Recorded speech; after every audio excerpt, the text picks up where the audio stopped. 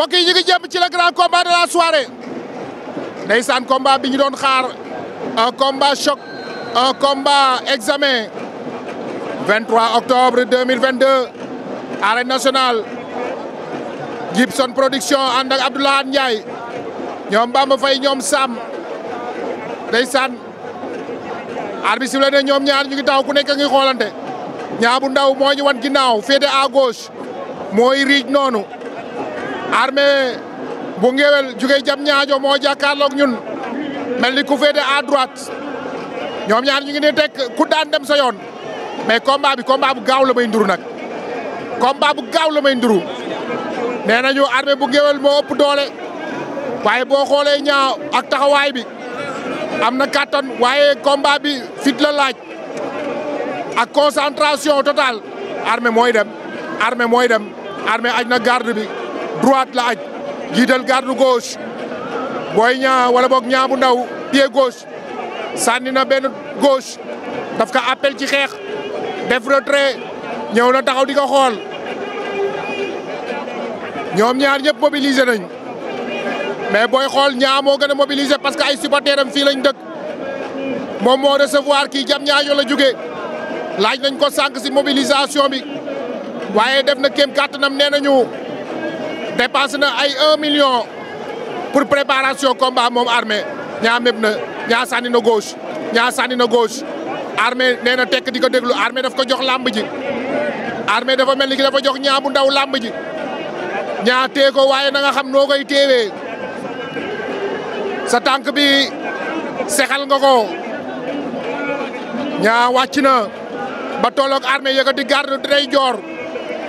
ndeyjoor bi la defee garde arbitre ruumal na leen nee na leen bëre leen na gaaw round d'observation bi la ñu nekk bàyyi leen ñu bëre combat bi kenn du ko saaxee combat bi dafa laaj concentration xoolal Armé li mu def sànni ci kaw sànni ci suuf Niang moom moo def loolu bàyyi ko mu sànni si air bi ci ngelaw gi di dóor ay ngelaw attention Armé booy xool moo jiital tànkam mel ni kuy diriger combat Niang fa mu taxaw lay taxaw ndeysaan waa écurie Waalo nee nañu teg waa jam ñaajo nee nañu teg Niang ñeme na ko jël na tànk ba sirip xar na ko bañ na laay lay la laawoo tooj bib na ko daan na ko Niang bu Ndaw daan na Armé la ilaha illallah il décolle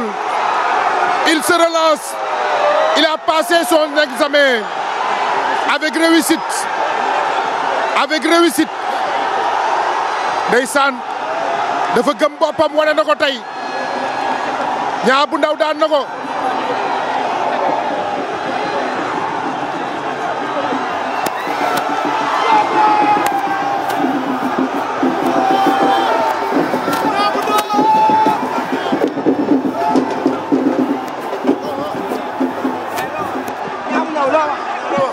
moo sant yàlla waaw dama see am cër nañ bàyyi boo ñuy tëmal ñu bëri suñu biir moo dama am jaar-jaar si lamb